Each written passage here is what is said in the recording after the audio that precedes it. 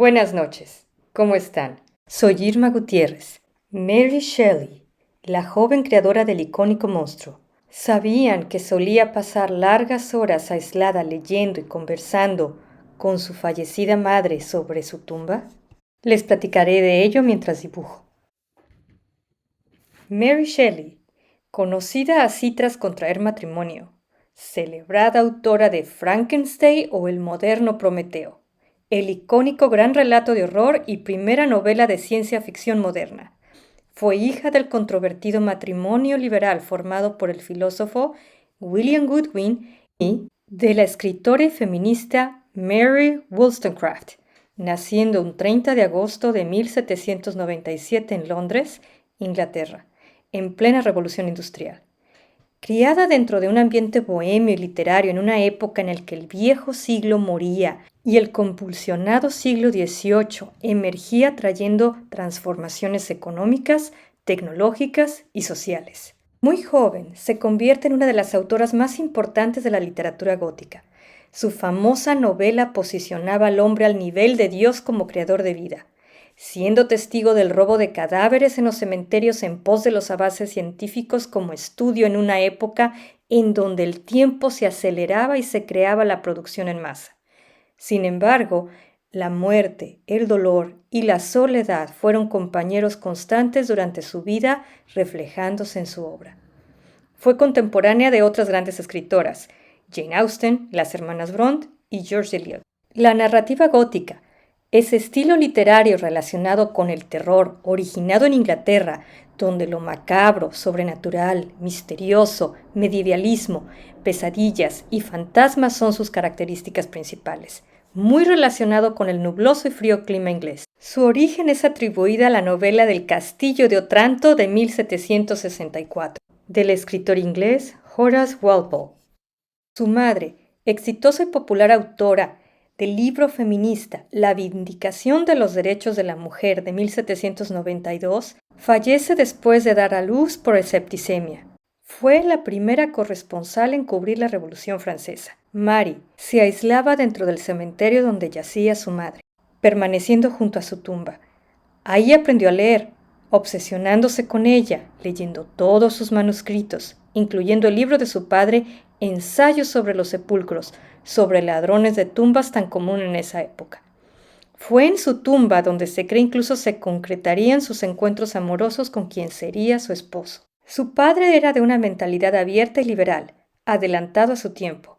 Apoyaba las ideas feministas de su mujer Mary, sin tener reparos en aceptar la hija concebida en una anterior relación extramarital, Fanny, un enorme escándalo para la época. Consideraba el matrimonio como un monopolio represor, constantemente endeudado, pero sin ser impedimento para proporcionar una buena educación a su hija Mary. 4 años después, su padre se casaría con una viuda y con quien Mary no llevaría una buena relación, enviándola con otra familia que no conocía.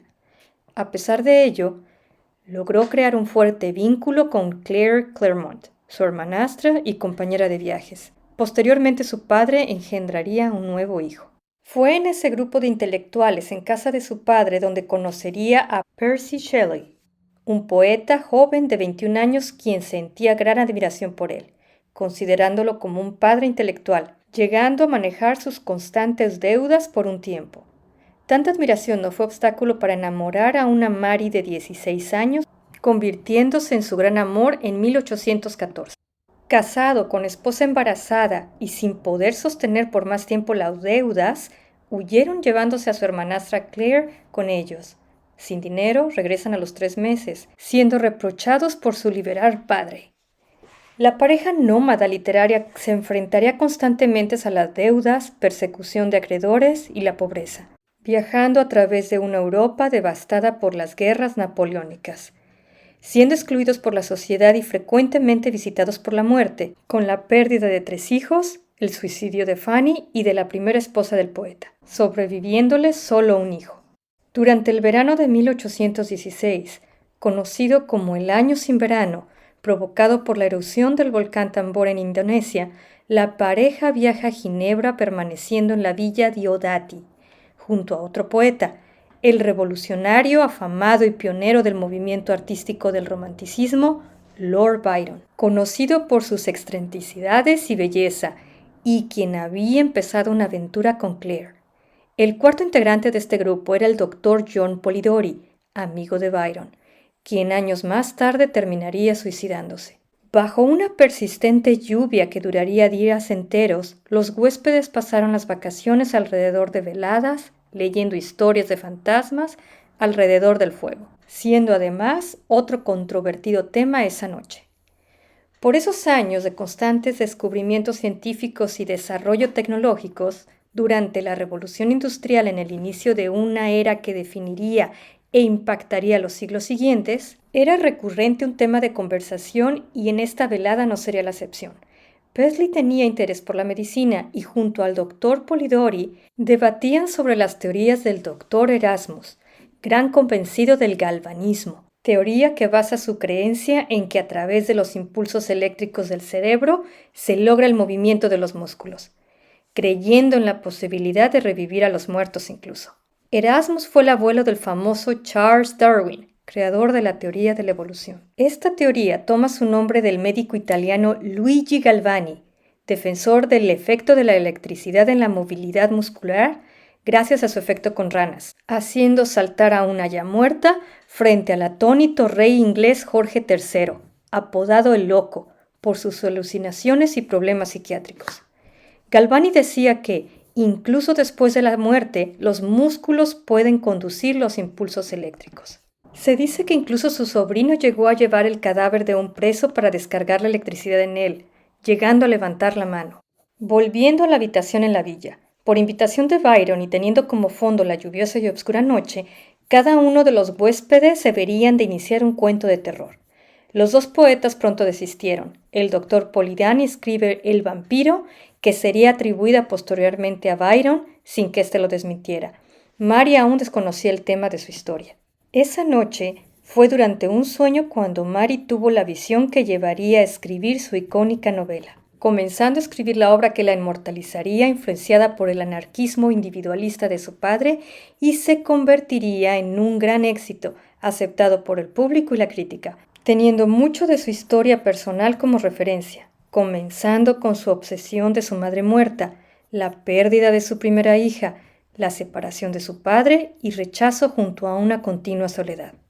Esta novela sobre un ser que no pertenece ni tiene permanencia en algún lugar, donde la estrecha relación de la muerte y la vida caminan de la mano del protagonista, creado con pedazos humanos y de animales, es la historia de sí misma.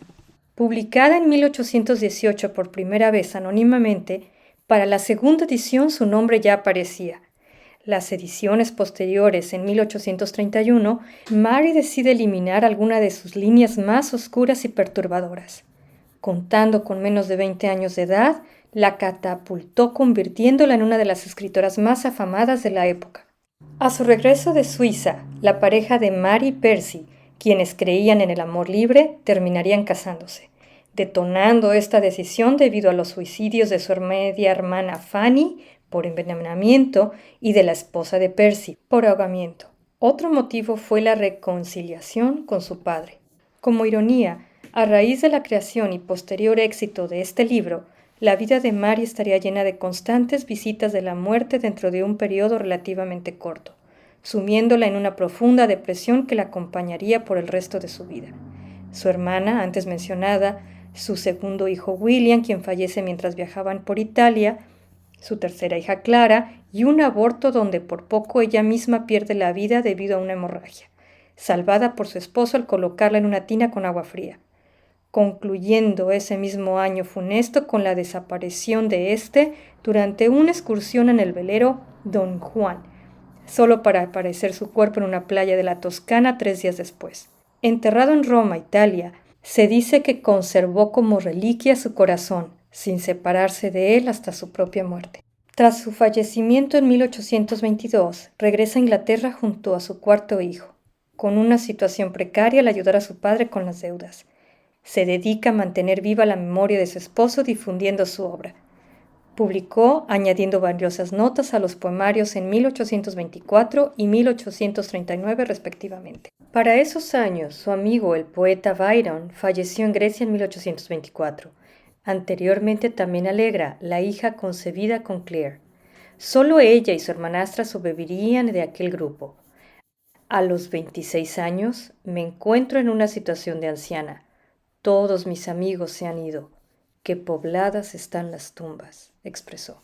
Mary mantendría correspondencia con Washington Irving, escritor norteamericano, autor del libro La leyenda de Sleepy Hollow, historia con obscuros orígenes en mitologías y leyendas y adaptada al cine en 1999 como Sleepy Hollow por el icónico Tim Burton y protagonizada por Johnny Depp y Christina Ricci.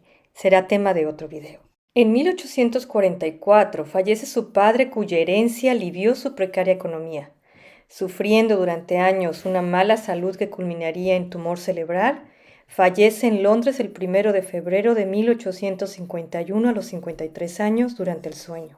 Algunas películas basadas en su obra 2 siglos después se incluyen Frankenstein, de 1931, con el actor británico Boris Karloff, con el mismo nombre, pero dirigida en 1994 y aclamada por la crítica por el actor Kenneth Branagh, y Mary Shelley, de la directora Haifa Al-Mansour, en 2017.